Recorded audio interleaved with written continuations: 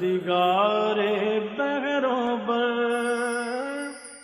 اعوذ باللہ من الشیطان الرجیم، بسم اللہ الرحمن الرحیم۔ ان اللہ وملائکتہ یصلون علی النبی یا ایہا الذین آمنوا صلوا علیہ وسلموا تسلیما۔ اللہم صلی علی سیدنا و نبینا و شفیعنا و مولانا محمد وعلی آل محمد وبارک وسلم۔ محترم خواتین و حضرات، السلام علیکم۔ پیام صبح کے ساتھ ایک بار پھر حاضر، میں ہوں آپ کا میزبان انیق احمد۔ آپ اور ہم جانتے ہیں کہ جمعے کو اور ہفتے کو ہم سوال و جواب کا پروگرام رکھتے ہیں، خاص طور پر پیر، منگل، بدھ اور جمعرات۔ ان 4 دنوں میں قرآن کریم کی مختلف آیات پر ہمارے ملک کے ممتاز علماء گفتگو فرماتے ہیں، ہمیں بتاتے ہیں، تعلیم کرتے ہیں، قرآن کی روشنی ہم تک پہنچاتے ہیں کہ اللہ تعالیٰ ہمیں کیسا دیکھنا چاہتا ہے اور ہمیں کہاں دیکھنا چاہتا ہے۔ خواتین و حضرات، ہمارے ذہنوں میں سوالات اٹھتے ہیں، بہت سارے سوالات نوجوانوں کے ذہنوں میں اٹھتے ہیں، تو وہ ان سوالات کو ہم منگواتے ہیں اپنے پاس تاکہ کنفیوژنس نہ رہیں، ابہام نہ رہے ہمارے خاص طور پر نوجوانوں کے ذہنوں میں، اور اپنے ملک کے ایک ممتاز مفتی صاحب کو ہم زحمت دیتے ہیں کہ وہ تشریف لائیں اور آپ کے سوالات، ہمارے سوالات، ان کے شافی جوابات قرآن کریم کی روشنی میں اور احادیث مبارک کی روشنی میں عطا فرمائیں۔ خواتین و حضرات، آج کے ہمارے معزز مہمان محترم مفتی محمد نجیب صاحب۔ مفتی محمد نجیب صاحب ہمارے ملک کا ایک جانا مانا نام، ایک بڑا نام، صاحب نگاہ، دنیا کو اپنی آنکھوں سے دیکھا، تشریف لے جاتے رہتے ہیں بار بار دنیا بھر میں، مختلف کانفرنسز میں، مختلف سیمینارز میں۔ جدید مسائل پر بھی آپ کی گہری نگاہ ہے۔ آپ فارغ التحصیل ہیں دارالعلوم کراچی سے۔ مفتی محمد نجیب صاحب کو خوش آمدید کہتے ہوئے پروگرام کا آغاز اللہ تعالیٰ کے بابرکت نام سے، سورہ ممتحنہ اور آیت نمبر 3۔ اعوذ باللہ من الشیطان الرجیم، بسم اللہ الرحمن الرحیم۔ لن تنفعکم ارحامکم ولا اولادکم یوم القیامت یفصل بینکم واللہ بما تعملون بصیر۔ صدق اللہ العظیم۔ قیامت کے دن نہ تمہاری رشتہ داریاں کسی کام آئیں گی، نہ تمہاری اولاد۔ اس روز اللہ تمہارے درمیان جدائی ڈال دے گا اور وہی تمہارے اعمال کا دیکھنے والا ہے۔ صدق اللہ العظیم۔ مفتی صاحب، آپ کی خدمت میں پہلا سوال رفاقت صاحب کا ہے۔ رفاقت صاحب وہ کراچی سے ہیں، پوچھتے ہیں کہ ہم کاروبار چلانے کے لیے انویسٹمنٹس لیتے ہیں۔ بڑا سوال ہے یہ کہ انویسٹمنٹ کس کس صورت میں ہم لے سکتے ہیں، یعنی انویسٹمنٹ کی صورتیں کیا کیا ہو سکتی ہیں۔ دوسری بات جو انہوں نے بیان کی ہے وہ یہ کہ وہ انویسٹمنٹس صحیح ہیں یا غلط، اس کو چیک کرنے کا طریقہ کیا ہوگا، ارشاد۔ بسم اللہ الرحمن الرحیم، نحمدہ و نصلی علی رسولہ الکریم۔ کاروبار چلانے کے لیے آپ کے پاس جو طریقہ کار شریعت میں موجود ہیں کہ اگر مجھے کاروبار چلانے کے لیے رقم کی ضرورت ہے تو یا تو میں وہ رقم کسی سے قرض بھی لے سکتا ہوں کہ وہ مجھے قرض دے دے، ٹھیک ہے، اور میں اس سے کاروبار کر لوں۔ اگر میں اس سے قرض لوں گا تو جتنی رقم لی ہے اتنی ہی رقم اس کو واپس لوٹاؤں گا، لیکن وہ قرض میری ملکیت میں ہوگا، اس قرض سے میں جو کاروبار حلال کاروبار کرنا چاہوں میں کر سکتا ہوں۔ اگر دوسری صورت یہ ہو سکتی ہے کہ کوئی مجھے پیسے ہدیتاً، تحفتاً، ہبہ، گفٹ کر دے، میرے والد صاحب مجھے پیسے گفٹ کر دیں اور میں اس سے آگے کاروبار کر لوں، وہ بھی میری ملکیت میں ہوگا، اس میں مجھے لوٹانا نہیں ہے، میری ملکیت ہے اور ٹھیک. استعمال کر لوں گا میں. اب اس کے علاوہ تیسری صورت یہ ہے کہ آپ نے کچھ اصل کے ساتھ لوٹانا ہو، کسی کے ساتھ انویسٹمنٹس آپ کسی سے لیں. تین صورتیں عام طور پہ ہو سکتی ہیں.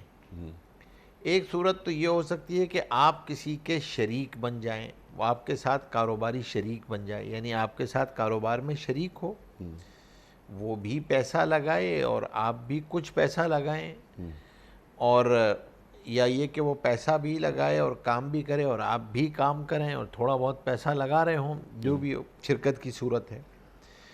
اس میں جائز ہے یہ، آگے کوئی حلال کاروبار کیا جائے. بعض دفعہ اشتراک جو ہے وہ سروسز کی صورت میں ہوتا ہے، میں اور آپ دونوں کسی فن کوئی جانتے ہیں اور ہماری کچھ خدمات ہیں ہم جو لوگوں کو آگے دے سکتے ہیں، پڑھانا ہے، ٹیوشنز ہیں، اکاؤنٹس ہیں، آڈٹس ہیں، اور ہم دونوں مل کر باہمی اشتراک کے ساتھ ایک کام کو کرتے ہیں. اس میں کچھ پیسہ آپ لگا رہے ہوتے ہیں اور میری سروسز ہوتی ہیں، آپ کی بھی سروس ہو سکتی ہے. تو شرکت کی کئی صورتیں ہو سکتی ہیں. اصولی بات اس کے اندر یہ ہے کہ نفع کی تقسیم جو ہے وہ فیصد کے اعتبار سے ہوگی. ٹھیک. نفع فکس نہیں ہو سکتا، میں فکس پروفٹ کو نہیں لے سکتا. ٹھیک. دوسرا اصول یہ یاد رکھیے گا کہ اس صورت میں لاس ہمیشہ ایز پر انویسٹمنٹ ہوگا. اچھا. نفع اسی باہمی تناسب رضامندی سے، ہاں، جو جس تناسب سے انویسٹمنٹ ہوئی ہے اس تناسب سے نقصان برداشت کرنا ہوگا. ٹھیک. یہ جو عام طور پہ ایک رویہ ہے کہ نفع نقصان میں شراکت برابر، یہ ہر جگہ کا نہیں ہے. اگر میری انویسٹمنٹ ہوگی تو میں نقصان برداشت کروں گا، انویسٹمنٹ نہیں ہوگی تو نقصان نہیں برداشت کروں گا انویسٹمنٹ کی حد تک، راس المال کی حد تک. ٹھیک. تیسری صورت یہ ہے کہ میں جو ہوں وہ عام طور پہ کوئی مداربہ کر لوں. ایک آدمی جو ہے وہ صرف پیسہ دے دے مجھے اور بولے کہ بھائی کام میں نہیں کروں گا، میں تو کام نہیں جانتا، آپ کام کریں، جو نفع آئے وہ آپس میں تقسیم کر لیں گے. ٹھیک. یہ مداربت ہے. اب اس میں ایک آدمی جو ہے وہ سائلنٹ پارٹنر ہے اور میں ورکنگ پارٹنر ہوں. تو ایک تو پہلی بات یہ ہے کہ باہمی رضامندی سے نفع کی شرح طے ہونی چاہیے. میں فکس نہیں دے سکتا اس کو کہ وہ کہ بھائی میرا کچن چلتا ہے اور مجھے تو کم از کم 5,000 روپے ہر مہینے چاہیے تو میں انہیں ہر مہینے 5,000 روپے دے دوں، تو ایسا نہیں ہو سکتا. میں بھی نفع کا حقدار اسی وقت ہوں گا جب نفع آئے گا کاروبار سے. ٹھیک.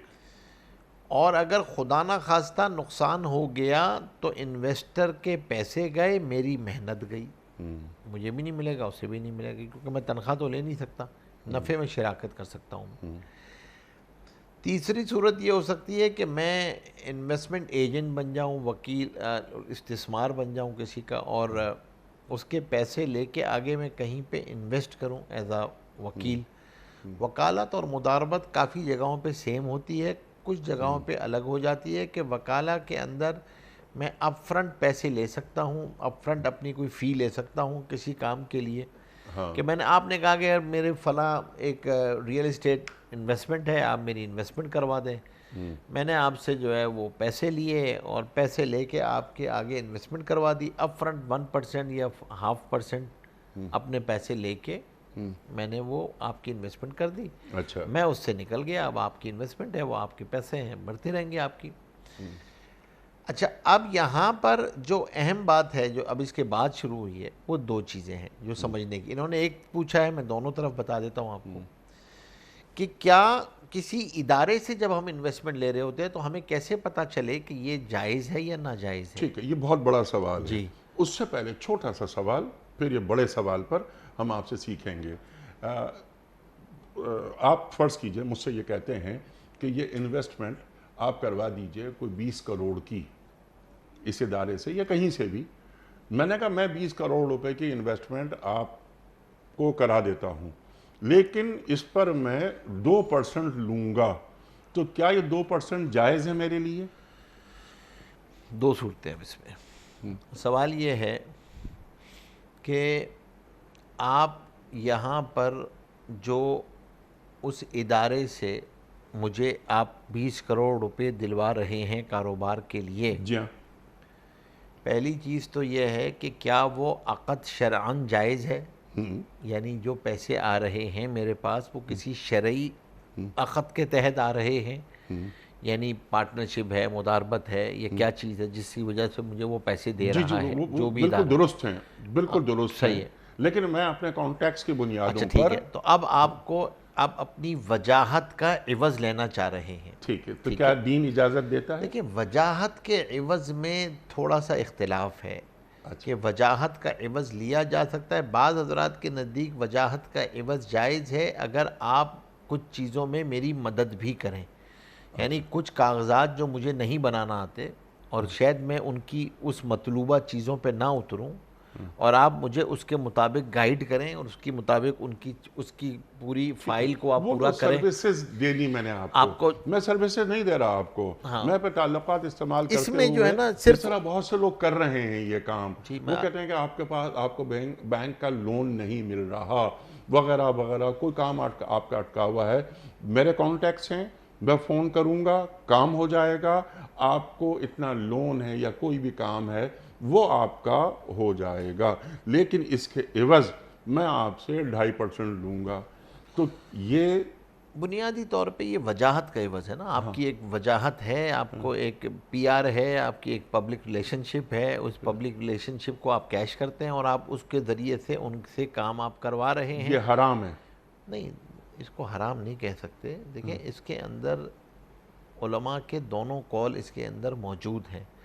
اگر میری رسائی اس ادارے تک ہے ہی نہیں اور وہ ادارہ مجھے تو گھاس بھی نہیں ڈالے گا اگر میں پہنچ جاؤں گا اس حیثیت میں، لیکن وہ آپ کی وجاہت کی وجہ سے مجھے دیکھ لیتا ہے، مجھے لے لیتا ہے، میں اگر آپ کے بغیر میں جاتا تو وہاں مجھے کچھ بھی نہ ملتا، ٹھیک ہے، یا میرا وہ کام نہ ہوتا، ٹھیک ہے، لیکن آپ کی وجہ سے میں چلا گیا تو اس کی گنجائش موجود ہے کہ کوئی حق کے عوض لیا جا سکتا ہے۔ اچھا، بعض علماء کے نزدیک اس کی اجازت موجود ہے، اچھا، لیکن ہمارے ہاں دارالفتہ سے اس کے بارے میں احتیاط بتائی جاتی ہے کیونکہ آپ کی کوئی سروس نہیں ہے۔ جی ہاں بالکل اس کی جائز صورت یہ ہے کہ آپ کوئی سروس بھی اس کے ساتھ ایڈیشنلی پرووائڈ کریں، صحیح، یعنی مجھے آپ کوئی ایڈیشنل سروسز دے دیں۔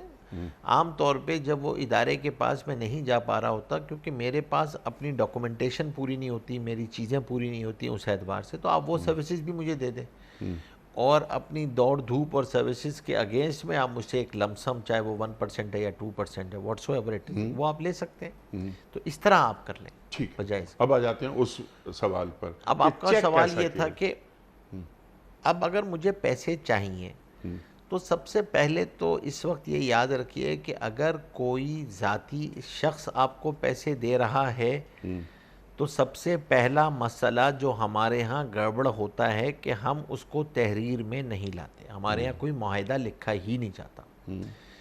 آپ یہ طے کریں کہ حیثیت کیا ہے، وہ ایز اے پارٹنر آ رہا ہے، ایز اے رب المال آ رہا ہے، انویسٹر کس حیثیت میں آ رہا ہے، اور اس لکھت پڑھت کو کسی عالم مفتی کو دکھائیں جو ان معاہدات کو جانچتا ہو اور ان کو جانتا ہو اور اس کی تصحیح کر سکے، اور اس کے تحت پھر آپ اس رقم کو لے لیں۔ اگر وہ ذاتی شخص نہیں ہے، کوئی ادارہ ہے، تو پھر آپ یہ دیکھیے کہ وہ ادارہ ریگولیٹر نے حکومت کی طرف سے اس کو اس کی اجازت ہے، اور کیا اس کے شرعی امور کو، معاملات کو کوئی مفتی صاحب، کوئی ادارہ کوئی دیکھ رہا ہے کہ یہ معاملات جو ہے وہ شریعہ کے مطابق ہیں یا نہیں ہیں، اور تیسری چیز یہ کہ وہ کسی پراپر اسلامک کانٹریکٹ کے تھرو ہی آپ کو پیسے دے رہا ہو، تو آپ یہ کر سکتے ہیں۔ اس کو جانچنا ضروری ہے، اچھا، ایسے ہی آنکھیں بند کر کے اداروں سے پیسے نہیں لینے چاہیے۔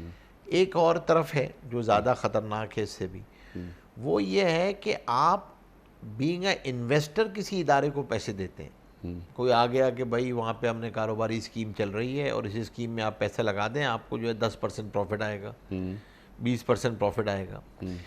اس قسم کی اسکیم جو ہوتے ہیں، یہ جو فائنینشیل اسکیم ہوتے ہیں، یہ جو اس قسم کے فراڈز ہیں، ان سے بچنا چاہیے۔ یہ زیادہ تر فراڈ ہوتے ہیں، کیونکہ ریاست آپ کو، ریگولیٹر آپ کو SECP آپ کو یہ اجازت نہیں دیتی کہ آپ لوگوں سے اجتماعی طور پہ رقم وصول کر کے اشتہار کے ذریعے اور کسی کاروبار میں لگائیں، ٹھیک، الا یہ کہ آپ کسی کمپنی کسی فریم ورک کے تحت اس کا اشتہار دیں، آپ رجسٹرڈ ہوں، آپ کمپنی ہوں، آپ کا کوئی شریعہ بورڈ ہو، آپ کے علماء نے آپ کی کوئی آڈٹ کیا ہوا ہو، آپ کے پاس کوئی شریعہ آڈٹ کا سرٹیفکیٹ ہو، اور پھر آپ اس کاروبار میں حلال کاروبار میں آگے پیسے لگا رہے ہوں ٹھیک، جن کے ایسٹس آئیڈینٹیفائیبل ہوں کہ آپ کو پتہ چل سکے لگایا کہاں پر. ایسا نہ ہو کہ ایسٹس ہی ڈھونڈتا رہے آدمی زندگی میں کہ پیسے لگے کہاں تھے، ٹھیک، وہ پتہ ہی نہ چلے آپ کو کبھی بھی. تو ایسی چیز نہ ہو. اب اس صورت میں اگر یہ سب کچھ موجود ہے اور میں نے اگر پیسے اس اسکیم والے کو دینے تو میں نے 3-4 سوال یہی کرنا ہے کہ بھائی حکومت سے آپ کو اجازت ہے؟ ٹھیک، کیا آپ کا کوئی شریعہ ایڈوائزر ہے؟ آپ ان کا نمبر مجھے دے دیں، میں ان سے براہ راست معلوم کر لوں. کیا آپ کے پاس کوئی سرٹیفکیٹ ہے؟ ٹھیک، کیا چیز آپ کے پاس ہے؟ اور آپ کس عقد کے تحت کریں گے کاروبار میں؟ پیسے کہاں لگائیں گے؟ کیا آپ کے اثاثے ہیں؟ کوئی کاروبار ہے؟ کوئی فیکٹری ہے؟ کوئی چیز ہے؟ کیا چیز ہے؟ 4-5 یہ بیسک فریکوینٹ آسک کوشچن ہیں جو کر کے آپ پیسے دیں، ورنہ یہ اسکیم ہے. زیادہ تر آدمی فراڈ کا شکار ہوتا ہے ہوس اور لالچ کی وجہ سے. یہ ہوس اور لالچ اس کو اس فراڈ میں شامل کر دیتی ہے. ٹھیک، اور ہمارا جو گزشتہ 10 سال میں ہمیں نظر آیا ہے ملک میں کہ اس میں آدمی اعتماد اندھا کرتا ہے اور وہ بس اس ہوس اور لالچ میں بہت ساری مین سوالات کرتا ہی نہیں ہے، پوچھتا ہی نہیں ہے، اسے چیک نہیں کرتا. مال کا معاملہ ہے جس کی جواب دہی جواب دہی ہوگی، مال کہاں سے آیا تھا، کہاں خرچ کیا، تو یہ کہ حکومت کی اجازت ہے یا نہیں. جیسا آپ نے فرمایا کہ شرعی ایڈوائزر کہ ایک باقاعدہ وہاں پر موجود ہے یا موجود ہے یا اس نے نہیں، کوئی سرٹیفکیٹ ایشو کیا ہے، جی ہاں، کوئی آپ کا شریعہ آڈٹ ہوا ہے، ٹھیک، تو آپ کا کاروبار کیا ہے، کہاں اثاثے کیا ہیں، بیلنس شیٹ کیا ہے، کوئی چیز اکاؤنٹ آڈیٹڈ بیلنس شیٹ ہوگی کوئی، جی ہاں. وہ تو چیزیں اس میں پھر وہ لالچ اور ہوس وہ نہ رکھا جائے. ٹھیک ہے مفتی صاحب، اگلا سوال آپ کی خدمت میں محمد واجد صاحب ہیں آزاد کشمیر سے.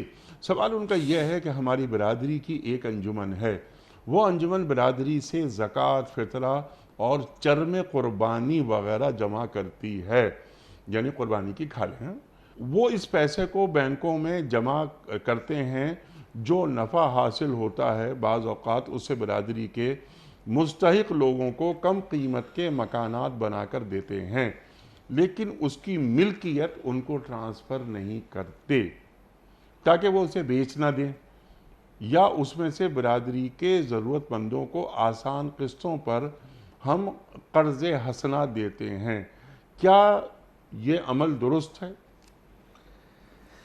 دیکھیں، یہ جو برادری کی سطح پر رقوم وصول کی جاتی ہیں اس میں ہر مد کا ایک الگ حکم ہے. جو مد ہے آپ کی زکوٰۃ کی وہ سب سے زیادہ سخت ہے، کیونکہ اس میں ایک تو یہ ضروری بات ہے کہ سال کے اندر اندر اس کو آپ ختم کرنے کی کوشش کریں.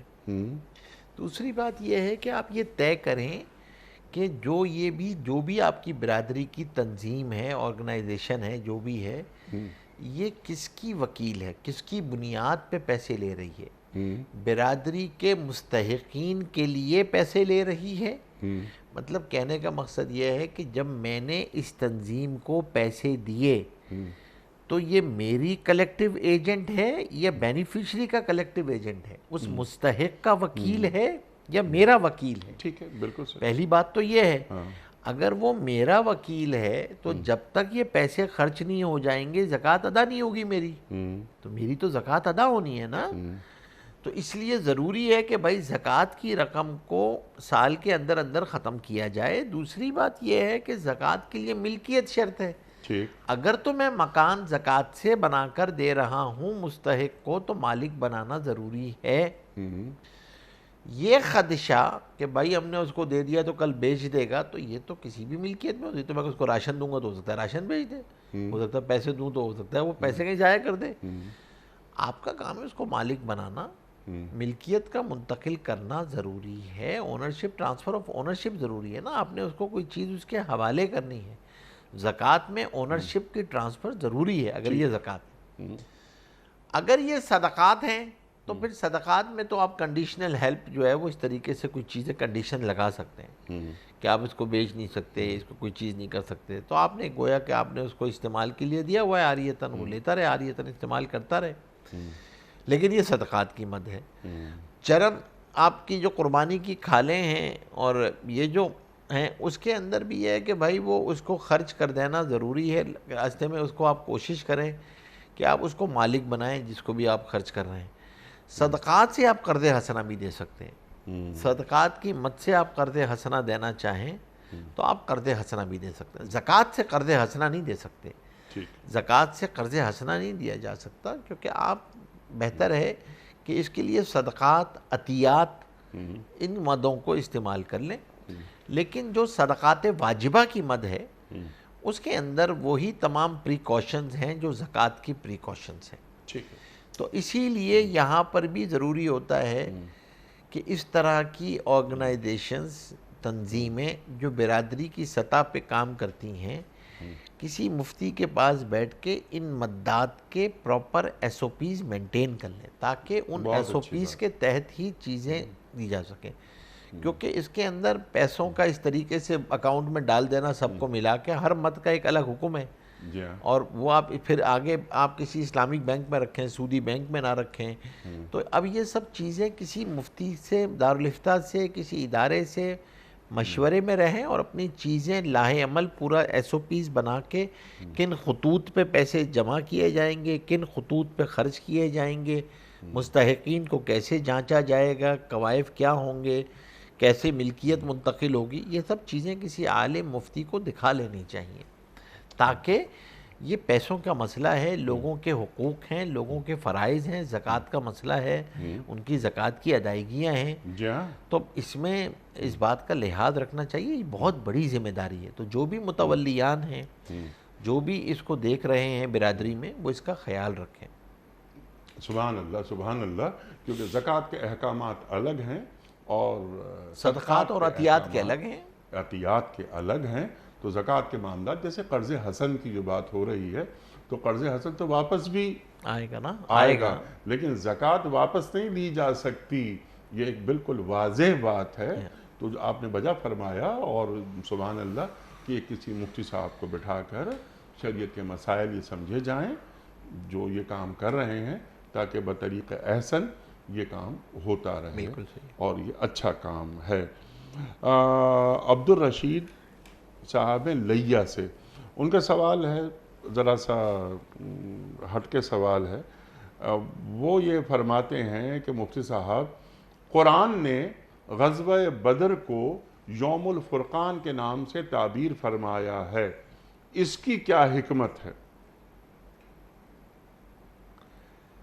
اصل تو حق اور باطل کے درمیان فرق کرنے والی چیز تھی، وہ دن تھا کہ جس نے حق اور باطل کے اندر فرق پیدا کر دیا، اور بدر کا معرکہ جو ہے اس کے بعد ظاہر سی بات ہے اللہ تبارک و تعالی نے اہل بدر کے لیے جو ہے وہ فضائل بیان کیے، جو بھی 313 تھے ان کے فضائل ہیں، بدریین کے فضائل ہیں، اور اللہ تبارک و تعالی نے اس میں ان کے لیے جو مدد اتری، اور ایک مرتبہ جو اس پہ چوٹ پڑ گئی باطل پہ، اور جو دہشت اور رعب اور دبدبہ مکہ والوں پہ ہوا، اس کی ثمرات آگے نظر آئے، آگے پھر اگلی فتوحات کے اندر نظر آئے، آگے نظر آئے صحابہ اکرام رضی اللہ اجمعین کو بھی، اور وہ ہیبت اور دبدبہ اور جلال جو صحابہ اکرام رضی اللہ اجمعین کا اور حضور پاک صلی اللہ علیہ وسلم کا مکہ والوں پہ بیٹھ گیا، تو اس کے بعد سے جو ہے وہ ان کے رویوں میں بھی تبدیلی آ گئی، چیزوں میں آ گئی، اور اللہ جل شانہ نے اس کو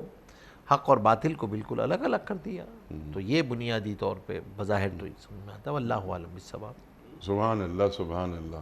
اچھا، قرآن کو بھی فرقان کہا جاتا ہے کیونکہ حق اور باطل کو الگ الگ قرآن کر دیتا ہے، تو غزوہ بدر نے بتا دیا کہ یہ حق ہے اور یہ باطل ہے۔ بالکل، سبحان اللہ۔ حق والوں کے ساتھ اللہ کی مدد ہوتی ہے، باطل کے ساتھ اللہ کی مدد نہیں ہوتی۔ سبحان اللہ، سبحان اللہ۔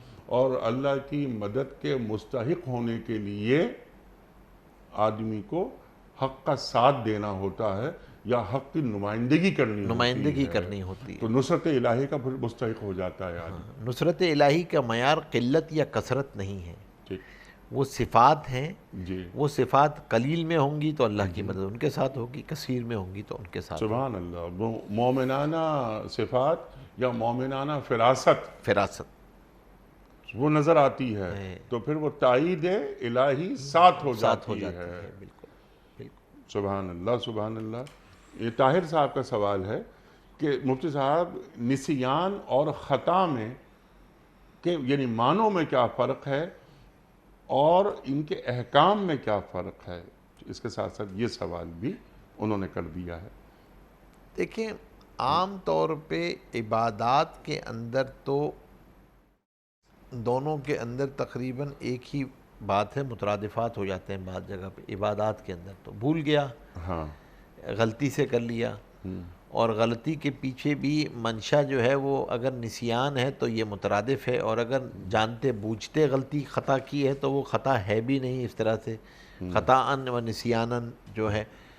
اور بنیادی طور پہ اگر غلطی سے ہو گیا، بھولے میں غلطی ہو گئی، یا ایک چیز تھی وہ بھول گیا، اس صورت میں مواخذہ نہیں ہے۔ رفع امتی عن خطا و نسیان، میری امت سے خطا اور نسیان کو اٹھا لیا گیا، اس کا کوئی مواخذہ نہیں ہے۔ اس طرح اچھا کسی نے روزے میں جو ہے وہ کوئی تھا، وہ بھول کے اگر کھا لیا، وہ بھول گیا تھا وہ، اور تو ظاہر سی بات ہے اب اس نوعیت کا اس کو گناہ نہیں ہوگا جو عمدن کھانے والے کا گناہ ہے۔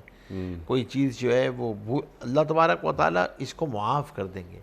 ہاں جہاں تک مسئلہ ہے کہ آدمی نے سیکھا ہی نہیں، اگنورنس جو ہے وہ ایکسکیوز نہیں ہے، نسیان ایکسکیوز ہے، خطا ایکسکیوز ہے۔ لیکن اگر یہ خدا نہ خواستہ آپ کا ذاتی فعل سے نکل کے معاملات میں آ جاتا ہے، جی اور آپ کی اس خطا اور نسیان سے کسی کو نقصان پہنچا، کسی کو جانی مالی نقصان پہنچا، اس کا آپ کو کفارہ دینا پڑے گا۔ اس کی تو پھر باقاعدہ وہ ہے خطا، ٹھیک ہے، گناہ کا جو ہے وہ اس درجے مواخذہ نہیں ہوگا، لیکن اس کو جو نقصان ہوا ہے اس کا ازالہ کرنا ہوگا۔ ٹھیک ہے، وہ خدا جو بھی نقصان اس کا ہوا ہے، خدا نہ خواستہ جانی نقصان ہے تو اس حوالے سے، مالی نقصان ہے تو اس حوالے سے، جو اس کا ہرجانہ ہے وہ چیزیں طے ہیں، وہ پھر آپ کو ادا کرنی ہوں گی۔ ٹھیک ہے، عمومی طور پہ گناہ اس کا نہیں ہے۔ ٹھیک ہے، بھول گیا عبادات کے اندر، مثال کے طور پہ نماز میں سجدہ سہو ہے، حج میں رہ گیا تو دم ہے، زکوٰۃ میں رہ گیا تو صدقات ہیں، زکوٰۃ ہے، تو وہ اس کو کمپنسیٹ کرنے کے لیے کوئی نہ کوئی چیز موجود ہے، اور بالکل اس درجے کا گناہ نہیں ہے اس میں، کیونکہ یہ ظاہر سی بات ہے انسان ہے، بھول سکتا ہے، بھول ہو سکتی۔ لیکن اگین ایک آخری پھر دوبارہ میں اس بات کو دہراؤں گا کہ نسیان عذر ہے، جہالت عذر نہیں ہے، جی نہ سیکھنا عذر نہیں ہے کہ مجھے تو پتہ ہی نہیں تھا، یہ نسیان نہیں ہے۔ سیکھنا شرط ہے، سیکھ کر بھول گیا وہ نسیان ہے۔ ٹھیک، سیکھنا ضروری ہے اور تقاضا بھی ہے۔ میرا تعلق ایک ایسے شعبے سے ہے کہ جس میں ہمیں لازمی ڈیوٹی دینی پڑتی ہے، اور ڈیوٹی کے اوقات کی پابندی کی وجہ سے بعض اوقات نماز جمعہ ادا نہیں کر سکتا، حالانکہ ہمیں معلوم ہے کہ جمعہ کی نماز فرض ہے اور صرف باجماعت ہی ادا کی جا سکتی ہے۔ تو ایسی صورت میں کیا شرعاً ہمارے لیے جمعے کی رخصت ہوگی؟ دیکھیں اگر تو کوئی خدا نہ خواستہ اس کی ایسی ڈیوٹی ہے جو واقعتاً اس کے لیے شرعاً بھی گنجائش نکلتی ہے کہ اس کو چھوڑا جا سکتا ہے، ٹھیک، تب تو اس کی گنجائش ہوگی۔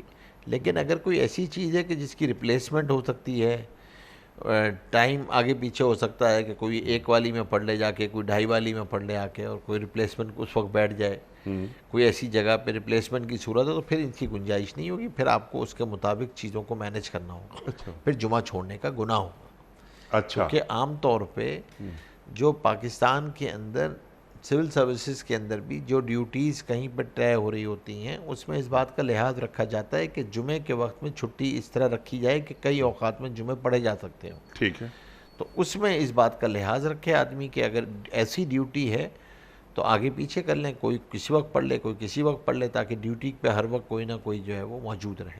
ٹھیک ہے، لیکن مثال کے طور پر ایک ڈاکٹر ہے جو آپریشن کر رہا ہے، آپریشن کا دورانیہ طویل ہے، 4 گھنٹے کا آپریشن ہے، تو کیا وہ جمعے کی نماز کی جگہ اپنے ہی یعنی او ٹی میں یا ہاسپٹل کے اندر ہی کہیں وہ ظہر کی نماز پڑھ لیں، تو پھر تو ظہر کی نماز پڑھ لے گا نا. وہیں پڑھ لے ظہر لیکن کی اگر نماز. مجھے پہلے سے پتہ ہے ہاں کہ یہ آپریشن کا دورانیہ بڑھے گا ٹھیک اور یہ 4 گھنٹے سے زیادہ جائے گا ٹھیک اور اس کو آدمی مینیج کر سکتا ہے، وہ اتنی ایمرجنسی کا آپریشن بھی نہیں ہے، آپ کا مینیج کر کے آپ نے ٹائم دے کے اس کو آپریشن کروایا ہے، تو پھر کوشش کریں کہ جمعے کو بعد شروع کریں. ایسا کریں کہ بھائی جمعہ اس میں درمیان میں نہ آئے آپ کا، جو جہاں مینیجبل ہے اس کو مینیج کرنے کی کوشش کریں. ٹھیک ہے. اور اگر مینیج نہیں کر پاتے تو پھر ظہر پڑھیں گے. ایک پائلٹ ہے وہ فلائٹ لے کے جا رہا ہے، لمبی فلائٹ ہے، تو وہ ظہر کی نماز وہ تو ویسے ہی مسافر ہے، جمعہ ہے ہی نہیں اس پہ، اس پہ ہاں وہ تو مسافر ہے، وہ مسافر ہے، اس تو پہ ظہر جمعہ پڑے. نہیں. وہ تو ٹھیک ہے. جہاں مینیج ہو سکتا ہے وہاں آدمی مینیج کرے، جہاں رخصت ہے وہاں رخصت کا فائدہ وہاں اٹھائے. رخصت ہے. تو آدمی اس اعتبار سے دیکھ لیا جائے کہ بھائی، کیونکہ بہرحال یہ کہ جمعہ جو ہے وہ شعار میں سے ہے اور ضروری ہے اور فرائض میں سے ہے، جی ہاں اس لیے اس کو قائم کرنا، اس میں شرکت کرنا یہ ضروری ہے. کوئی آزار ہیں تو ان آزار کی نوعیت شریعت دیکھے گی کہ وہ کس نوعیت کا عذر ہے. بالکل ٹھیک ہے. کچھ ویڈیو کوسچنز مفتی صاحب آپ کی خدمت میں رکھتے ہیں. پہلا سوال مفتی صاحب کے لیے. پروردگار بحروں بر. السلام علیکم مفتی صاحب، میرا سوال یہ ہے، آج کل کے لوگ سچ بولنے والے کا مذاق اڑاتے ہیں اور جھوٹ بولنے والے کو گناہ نہیں سمجھتے، ایسے لوگوں کے بارے میں دین کیا کہتا ہے؟ پروردگار بحروں بر. مفتی صاحب بظاہر یہ سوال چھوٹا سا محسوس ہوتا ہے، لیکن اس کا جو امپیکٹ ہے سوسائٹی پہ ہمارے وہ بہت زیادہ ہو گیا ہے. ذرا تفصیل کے ساتھ بیان فرمائیے کہ یہ اقدار تبدیل ہو رہی ہیں. سچ بولنے والا بے وقوف ہے. سچ بولنے والے کو بیوقوف سمجھا جاتا ہے. سچ بولنے یعنی آپ اللہ معاف کرے نوبت بعیجا رسید کہ جھوٹ بولنا ایک آرٹ ہے، جی وہ ایک بزنس اسکل ہے. یعنی آپ سوچئے کہ اللہ معاف کرے کہ آپ اس کی تشہیر اس طرح کر رہے ہیں کہ وہ عیب سے بھی نکل گیا، گناہ سے بھی نکل گیا، نقص سے بھی نکل گیا. وہ تو نہ کوئی نقائص میں شمار ہوتا ہے، نہ وہ عیوب میں شمار ہوتا ہے، نہ وہ کسی گناہ میں شمار ہوتا ہے. اور حضور پاک صلی اللہ علیہ وسلم فرما رہے ہیں کہ مسلمان جھوٹا ہو ہی نہیں، ایمان اور جھوٹ ایک قلب میں جمع ہی نہیں ہو سکتے. آپ ادھر بتائیے کہ وہاں تو، اور فرمایا کہ جھوٹ ہلاک کرنے والا ہے، سچ نجات دینے والا ہے. تو آپ جھوٹ کو، اور پھر ایسا تعفن نکلتا ہے، آدمی جھوٹ بولتا ہے، ایسا تعفن نکلتا ہے کہ یوں آتا ہے کہ فرشتے اس سے 40 قدم دور چلے جاتے ہیں. تو یہ جو ہم نے پوری فضاؤں کو متعفن کر دیا، فضاؤں میں تعفن پھیل رہا ہے. اور پھر سب سے بڑی بات انیق صاحب جو انہوں نے بھی کہی ہے سائل نے، کہ دیکھیں ہم اس گناہ کو گناہ ہی نہیں سمجھ رہے ہیں، اس کو گناہ ہی، اس کی اتنی شکلیں بن گئی ہیں، اتنی شکلیں بن گئی ہیں کہ آدمی اس کو جسٹیفائی کرنے لگا ہے. اور گناہ کو آدمی جسٹیفائی کرنے لگے، گناہ کی حجتیں بیان کرنا شروع کر دے، تو پھر توبہ کی توفیق سلب ہو جاتی ہے. گناہ پہ ندامت ہی ختم ہو جائے، شرمندگی ہی ختم ہو جائے، اور آدمی اس پہ نادم ہی نہ ہو، شرمندہ ہی نہ ہو کہ بھائی میں نے غلط بیانی کی ہے اور جھوٹ بولا ہے، کسی کی ذات پر بولا ہے، یا اپنے لیے بولا ہے، یا کسی نفع کے حصول کے لیے بولا ہے، یا مالی فائدے کے لیے بولا ہے، کسی چیز کے لیے بولا ہے. بیمار نہیں ہوں، بیماری کی رخصت دے دی ہے. پیدا کبھی ہوئے ہیں، سرٹیفکیٹ، برتھ سرٹیفکیٹ پہ جھوٹی تاریخ لکھ دی ہے. اب آپ نے جو ہے وہ، اور پھر وہ نام سمجھا جاتا ہے، وہ سمجھا جاتا ہے کہ یہ تو سب ایسے ہی کر رہے ہیں. اور اس نام کو آہستہ آہستہ وہ ایسا ہو جاتا ہے کہ وہ پھر آپ کا عادت بنتی ہے، عادت سے آپ کا کردار بن جاتا ہے. اور کردار اگر خدا نہ خواستہ ان ایسی چیزوں پہ قائم ہو جائے، بدی پر، تو پھر آپ اپنے لیے ڈیسٹینی بھی خود ہی طے کر لیتے ہیں. وہ تو ایک خطرناک چیز ہے، وہ ایک غلط راستہ ہے جس پہ آپ چل پڑیں. اور آپ نے صحیح فرمایا کہ اقدار ختم ہوتی جا رہی ہیں، کیونکہ یہ چیز ہمارے ہاں ابتدا سے ہی اس کی بنیاد نہیں رکھی جا رہی ہے. والدین جو پہلی تربیت گاہ ہے، وہیں سے اس کا غلط بیج بویا جا رہا ہے جھوٹ کا، اور وہیں سے جھوٹ کی شکلیں ہیں. اور آپ سوچیں نا کہ یعنی ہمیں بعض دفعہ اپنی گفتگو کے اندر، محاورات کے اندر بچوں سے بولنے میں، بچوں کے ساتھ کوئی معاملات کرنے میں اس کا لحاظ نہیں رکھتے کہ بچوں سے بھی جھوٹ ہوتا ہے، ان سے بھی جھوٹ نہ بولا جائے، ان کو بھی جھوٹ کنوے نہ کیا جائے، ان سے جھوٹ بلوایا نہ جائے. لیکن یہ سب کچھ تو اس وقت ہوگا نا کہ جب آپ کو سچ بولنے کا کریج بھی ہو، آپ کے اندر ہمت بھی ہو، جمے بھی اس پہ، اور جھوٹ سے ایسے ہی اجتناب کیا جائے جیسے کوئلہ زبان پہ رکھنے سے آدمی گھبراتا ہے، ڈرتا ہے. انگارہ رکھنا. انگارہ کو جو ہے وہ آپ زبان پہ رکھیں، اور آدمی گھبرائے کہ انگارے کو زبان پہ رکھے، تو اتنا ہی آدمی خوف کرے کہ میں جھوٹ بولنے جا رہا ہوں. تو بادشاہ کچھ بھی کہے، لیکن اللہ تبارک و تعالیٰ کے یہاں سے تو یہ یونیورسل ٹروتھ ہیں. جب جھوٹ بولو گے تو پریشانی آئے گی، ناکامی آئے گی، ہلاکت آئے گی. چاہے تمہیں بظاہر کوئی 2 ٹکے آتے ہوئے نظر آ جائیں، لیکن یہ 2 ٹکے اپنے ساتھ پریشانیاں، مصیبتیں لے کر آئیں گے. اگر یہ گفتگو کے اندر پیدا ہو جائے گی تو اس گفتگو سے انتشار پھیلے گا، اس گفتگو سے افتراق ہوگا، اس گفتگو سے مسائل پیدا ہوں گے. تو ہمیں جھوٹ سے جو ہے نا اجتناب کرنا چاہیے. اس سے جو ہے وہ تعفن پھیلتا ہے، اور معاشرے خراب ہوتے ہیں، معاشرے خراب ہو جاتے ہیں، رشتے خراب ہو جاتے ہیں، معاشرے خراب ہو جاتے ہیں، گھر خراب ہو جاتے ہیں، ادارے خراب ہو جاتے ہیں، آدمی کی ساکھ خراب ہو آدمی جاتی کی اپنی ہے. ذاتی ان ساکھ تمام باتوں خراب ہو سے جاتی ہے. اوپر ایک بات مفتی صاحب آپ کی اجازت سے، کہ اگر میں سچ بولوں گا تو اللہ مجھ سے خوش ہوگا، خوش ہوگا، اللہ کے رسول مجھ سے خوش ہوں گے صلی اللہ بے شک. علیہ وآلہ وسلم. اور اگر میں جھوٹ بولوں گا تو اللہ اور اللہ کے رسول صلی اللہ علیہ وآلہ وسلم مجھ سے ناراض ہوں گے. اگر یہی فارمولہ اور یہ پیمانہ ہم اپنے ذہنوں میں رکھ لیں تو کافی نہیں. تو بہت ہے. معاشرتی برائیاں، تعفن وغیرہ، اس کے جو اثرات، معاشرے خراب، یقیناً ایسا ہی ہوتا ہے. لیکن اللہ تعالیٰ نے اور اللہ کے رسول صلی اللہ علیہ وآلہ وسلم نے ایک بات فرما دی، بس اب کچھ اور سوچنا نہیں ہے. آپ نے بات فرمائی اور بالکل ایسا ہی محسوس ہوتا ہے کہ جھوٹ بولنا ایک آرٹ ہو گیا ہے. تو ایک آرٹ، یعنی ایک فن میں سیکھ رہا ہوں، خدا نہ خواستہ جھوٹ بولنا، یعنی اللہ کو ناراض کر کے میں ایک فن سیکھ رہا ہوں. یہ بالکل آپ نے صحیح فرمایا کہ یہ ایک ایسا پیمانہ ہے کہ اگر زندگی میں اس پیمانے کو، اس فارمولے کو فٹ کر لیا جائے تو بہت سارے مسائل خود ہی حل ہو جاتے ہیں، جن کا تعلق ہمارے اخلاقیات اور ہمارے رویوں سے ہے. منافق کی نشانی ہے کہ جب بولے جھوٹ بولے، ٹھیک، یا تو گالم گلوچ کرے گا، وعدہ کرے گا تو وعدہ خلافی کرے گا، امانت رکھی جائے گی تو خیانت کرے گا. تو یہ تو آدمی اور سوچے کبھی اس سے جھگڑا ہو جائے تو وہ گالیوں پہ اتر آئے گا. اور ان المنافقین فی الدرک الاسفل من النار، بے شک سب جہنم کے سب سے نچلے طبقے میں ہوں گے منافق. تو ایک جھوٹ بول کر میں اپنے آپ کو کہاں بھجوا رہا ہوں یا اپنے لیے کون سا مقام متعین کر رہا ہوں. کتنی افسوسناک بات ہے. مفتی صاحب اگلا سوال آپ کی خدمت میں. پروردگار بحروں پر. السلام علیکم مفتی صاحب، ایک نمازی کے آگے سے ہم کتنا آگے سے گزر سکتے ہیں؟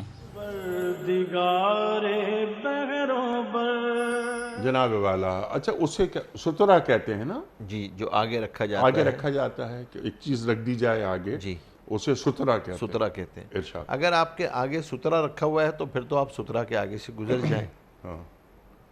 کوشش کرنی چاہیے آدمی گھر میں نماز پڑھ رہا ہو یا مسجد میں نماز پڑھ رہا ہو تو آگے بطور سترہ کے کوئی چیز کو رکھ لے.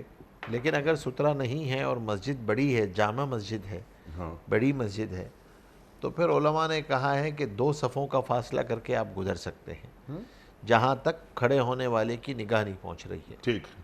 تو آپ وہاں پہ مثال کے طور پہ میں قیام کی حالت میں ہوں تو عام طور پہ میری قیام کی حالت میں نگاہ 2 صفوں سے زیادہ نہیں جاتی ہے. 2 صفوں سے آگے سے آپ گزر سکتے ہیں. ٹھیک ہے. جو ہاں بڑی مساجد ہوتی ہیں، چھوٹی مسجد ہے بہت زیادہ 2 یا 3 صفوں کی، تو پھر آپ کو انتظار کرنا چاہیے، اس کے آگے سے نہیں گزرنا چاہیے. نمازی کے آگے سے گزرنا گناہ ہے. ٹھیک. نمازی کو یہ چاہیے کہ وہ بھی ایسی جگہ پہ نماز نہ پڑھے جو راستے کی جگہ ہو. ہمارے یہاں عجیب مسئلہ ہے, مسجد میں دونوں طرف صفوں کے نکلنے کی جگہ بھی بنائی جاتی ہے کہ تاکہ نمازی آرام سے نکل جائے. اب لوگ وہاں بھی نماز پڑھنے کھڑے ہو جاتے ہیں. ارے بھائی وہ تو راستہ ہے, راستے میں نماز نہ پڑھو. مسجد میں داخل ہونے کا راستہ ہے, وہاں بیٹھ کے نماز پڑھنا شروع کر دیتے ہیں. چلیں کوئی جمعے کی نماز تھی, مجبوری تھی, پڑھ لی, تو بھائی دعا سے پہلے اٹھ جاؤ, راستہ خالی کرو. وہاں پہ اب آپ نے وہاں پر سنتیں پڑھنا شروع کر دی, وہاں پہ نوافل پڑھنا شروع کر دیے, تو آپ تو خود دوسروں کو گناہ گار کر رہے ہیں. راستہ ہے, اس نے گزرنا ہے, اس نے باہر جانا ہے. آپ نے وہاں پہ کھڑے ہو کے دروازے پہ نفل پڑھنا شروع کر دیے, آپ نے سنتیں پڑھنا شروع کر دی مین دروازے کے اوپر. بھائی دروازہ چھوڑو, راستہ چھوڑو. آپ راستہ چھوڑ کے کھڑے ہوں. تو اس کو اہتمام, گزرنے والا اس بات کا خاص طور پہ اہتمام کرے کہ بھائی تھوڑی دیر انتظار کر لینا. یہ ضروری تھوڑی ہے کہ کسی کے کندھے پھلانگ کے نماز کے فوراً بعد آپ کو ضرور گزرنا ہے.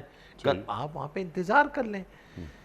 ہاں یہ صورت تو اسی وقت پیش آتی ہے جو سائل نے پوچھی, کہ جب لوگ اپنے طور پہ انفرادی سنتیں نوافل پڑھ رہے ہوتے ہیں, تو اگر کسی کے سامنے سے گزرنا ہو تو کتنے فاصلے سے, تو وہ میں نے آپ سے عرض کر دیا کہ جامع مسجد ہو تو 2 صفوں کے فاصلے سے گزرا جا سکتا ہے. اچھا ایک اور چیز واضح کر دیجئے آپ کہ وہ سترے کے طور پر کیا کیا چیزیں ہم رکھ سکتے ہیں, اس کا سائز کیا ہو؟ عام طور پہ تو 1 ہاتھ کی برابر جو ہے وہ کوئی بھی چیز ہو آپ کی, کہ آپ لکڑی ہو اس کو رکھ دیا جائے. کوئی ایسی چیز, کوئی کرسی ہے, کوئی میز ہے, کوئی ایسی چیز ہے جو اس کے سامنے رکھ دیا جائے, جس کی وجہ سے جو ہے وہ آپ کا ایک سترہ ہو جائے, کہ ایک آڑ ہے جس میں سے آپ سامنے سے وہ گزر جائے گا. اچھا ہاں بہتر تو یہی ہے کہ وہ 1 ہاتھ کی برابر ہو. اور بعض حضرات نے چھوٹے کو بھی کہا ہے کہ بھائی آپ کسی چھوٹی سی چیز کو بھی رکھا جاتا ہے. مثلا اگر رحل رکھ دی جائے تو سترہ ہو سکتا ہے؟ رحل کو عام طور پہ پسند نہیں کیا جاتا, رحل کو بطور. اچھا. لیکن جن حضرات نے مسواک کی اجازت دی ہے ان کے یہاں رحل کی بھی اجازت ہے. اچھا کہ آپ اس کو رکھ دیں, اگر کوئی چیز نہ ہو تو آپ رحل کو آگے رکھ لیں آپ. لیکن عام طور پہ اب الحمدللہ ہمارے یہاں جگہوں پہ سترے ہوتے ہیں, سترے ہونے بھی چاہیے, اور گھروں میں بھی ہونے چاہیے. اب گھروں سے ختم ہوتے جا رہے ہیں, ورنہ اس سے پہلے گھروں میں رحل اور سترے دونوں ہوتے تھے. اب وہ رحل بھی ختم ہوتی جا رہی ہے اور سترے بھی اس طریقے سے ختم ہوتے جا رہے ہیں, اور گھر بھی چھوٹے ہوتے چلے جا رہے ہیں. گھر چھوٹے ہوتے چلے جا رہے ہیں. تو اب وہ گنجائش ہی نہیں ہوتی, چھوٹے چھوٹے کمرے ہیں, بس وہی نماز پڑھی گھر میں, اور آگے سے نکلنے کا سوال ہی پیدا نہیں ہوتا کسی کا. تو وہ ہم سترا رکھا کرتے تھے بچپن میں. مجھے آپ کی بات پر یاد آیا کہ ہاں کہ گھروں میں سترے بھی ہوتے, سترے بھی. اور رحل, مطلب رحل تو اب ہمارے یہاں وہ ڈیسکیں بن گئی ہیں, ورنہ وہ رحل تو اب رحل دکھتی نہیں ہے, وہ رحل تو اب دکھتی نہیں ہے. اچھا نماز کا ایک کمرہ گھر میں مخصوص ہوتا تھا. جی مفتی صاحب وہ کمرے بھی ختم ہوتے جا رہے ہیں. کمرے ختم ہوتے جا رہے ہیں. نہیں تو کم از کم کوئی برآمدے کا کونا, یا کوئی ایک کونا, یا کوئی چوکی, یا کوئی ایسی جگہ ہوتی تھی کہ جہاں سب بیٹھ کر, اگر صبح قرآن کریم کی تلاوت وہاں ہوتی تھی, سب بیٹھ کر اپنا قرآن وہاں پڑھ رہے ہوتے تھے, نماز پڑھ رہے ہوتے تھے. ہر چیز کی جگہ موجود ہے. ڈرائنگ روم موجود ہے, ڈائننگ موجود ہے, بیڈ روم موجود ہے, باورچی خانہ موجود ہے. اچھا یہ ڈرائنگ پہلے نہیں ہوتے, پہلے کہیں کوئی ڈائننگ روم گھر میں ہو, کوئی ڈائننگ روم نہیں ہوتا تھا. لیکن اب تو باقاعدہ ہے, اب وہ موجود ہے, لیکن نماز کی جگہ نماز کی جگہ ہوتی تھی, وہ نکال دی, ختم ہو گئی, وہ آپ نے نکال دی. یعنی ترجیحات میں کیا دین ہے؟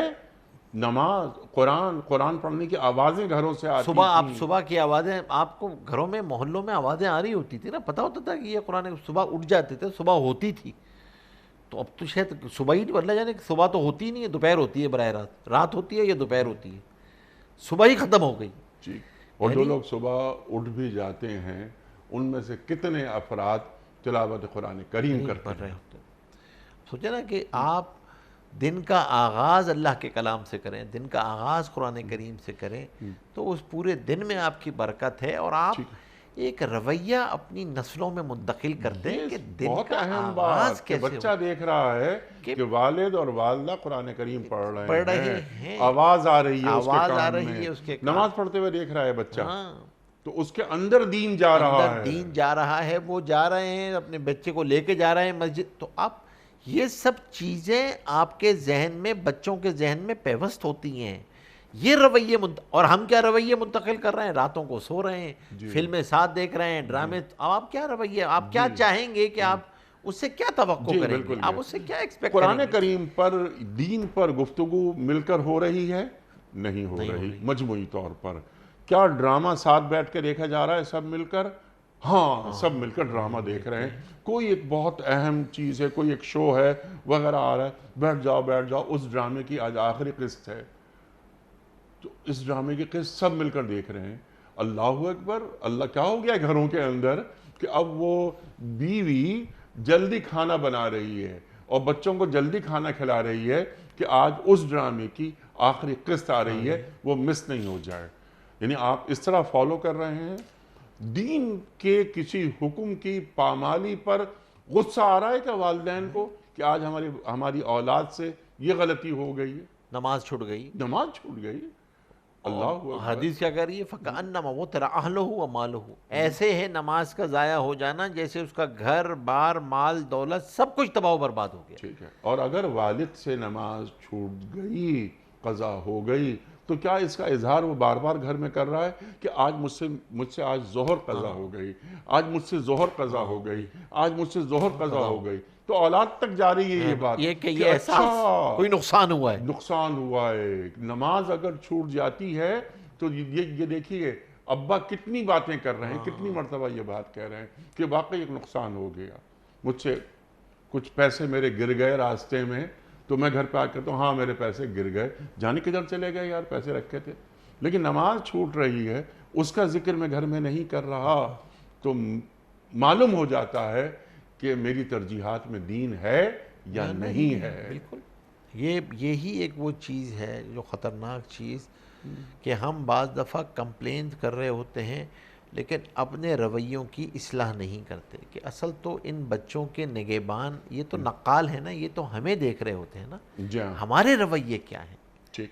ہم اپنی اولاد کو کیا رویے منتقل کر رہے ہیں وراثتاً، کیا اخلاقی رویے، دینی رویے، زبان کے رویے، گفتگو کے رویے، جی ہاں، نبھانے کے رویے، تعلقات نبھانے کے رویے کیا منتقل کر رہے ابھی ہیں؟ جو ایک سوال آیا تھا یہ تعلقات رویے منتقل کیا کر رہے ہیں، جو آپ نے بات فرمائی، ایک سوال جو پچھلا آیا تھا جھوٹ کے حوالے سے کہ ہمارے بچے اگر قسم کھا کر یہ بات کہہ دیں کہ ہماری ماں نے، ہمارے باپ نے زندگی میں کبھی جھوٹ نہیں بولا، تو یہ ہے ہماری کامیابی۔ یہ کامیابی ہے، بے شک۔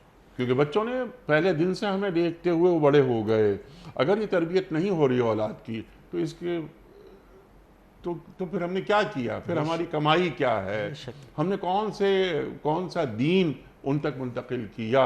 اور جب ہم بتاتے ہیں پڑھاتے ہیں انہیں کہ لعنت اللہ علی الکاذبین، جھوٹوں پر اللہ کی لعنت، یعنی اللہ پھر سمجھاتے ہیں انہیں اللہ کی لعنت سے مراد اللہ کی رحمت سے دور ہو جانا۔ سے دور ہو جانا۔ تو کیا تم اللہ کی رحمت سے دور ہونا چاہتے ہو؟ نہیں ہونا چاہتے، تو کبھی زبان پر جھوٹ نہیں لانا۔ یہ ہمارا دین ان میں منتقل ہو گیا، اور اس کو سند ملتی ہے ہمارے رویوں سے کہ ہمارے باپ نے زندگی میں جھوٹ نہیں بولا، ہماری ماں نے جھوٹ نہیں بولا۔ بالکل صحیح بات ہے۔ دیکھیں اصل بات انیس بھائی یہی ہے، اور ہم بھی جو یہ پروگرام کرتے ہیں، ہمارے پروگرام کا کیا مقصد ہے؟ کوئی آپ بار بار ایک بات فرماتے ہیں کہ الفاظ کی جگالی تو ہے نہیں ہے، جی ہاں، تو اس لیے کر رہے ہیں کہ بھائی کوئی ہمیں اپنا محاسبہ کرنے کا، اپنا مراقبہ کرنے کا، اپنے اوپر کوئی مشارطہ، کوئی جی ہاں، چیزیں بالکل۔ اپنے اوپر طے کریں، اپنی اصلاح کرنے اپنی کا، اصلاح کریں، اپنی اصلاح، اپنے رویوں کی، اپنی گفتگو کی، اپنے اخلاق کی، ہم کوئی چیز، کوئی ٹارگٹس طے کریں، کوئی اصلاح کریں، اپنی کچھ چیزوں کو آگے بڑھیں کہ بھئی اب میں انشاءاللہ اس میں بہتری لے کر آؤں گا، سبحان اور اللہ، اس میں رویوں میں بہتری لے کر سبحان آؤں گا۔ اللہ۔ یہ صدقہ جاریہ ہے، جی ہاں، یہی صدقہ جاریہ مفتی ہے۔ صاحب بڑا ممنون، بڑا شکر گزار، آپ تشریف لائے، اور آج بھی ہم نے آپ سے بہت سیکھا۔ خواتین و حضرات، ہمارے علماء کو اللہ سلامت رکھے، تشریف لاتے ہیں، ہماری علم کمی دور فرما دیتے ہیں۔ پیام صبح کا اختتام ہوتا ہے روزانہ ایک قول پر، اور وہ قول ہوتا ہے صاحب نہج البلاغہ امیر المومنین حضرت علی مرتضیٰ کرم اللہ وجہہ کا۔ آپ فرماتے ہیں کہ سچا شخص، ابھی ہم سچ کی بات کر رہے تھے، دیکھیے قول بھی، اللہ اکبر، سچا شخص نجات اور کرامت کی بلندیوں پر فائز ہوتا ہے۔ سچا شخص نجات اور کرامت کی بلندیوں پر فائز ہوتا ہے۔ سبحان اللہ، سبحان اللہ۔ اپنے میزبان انیق احمد کو کل تک کے لیے اجازت دیجیے۔ خدا حافظ۔ پروردگار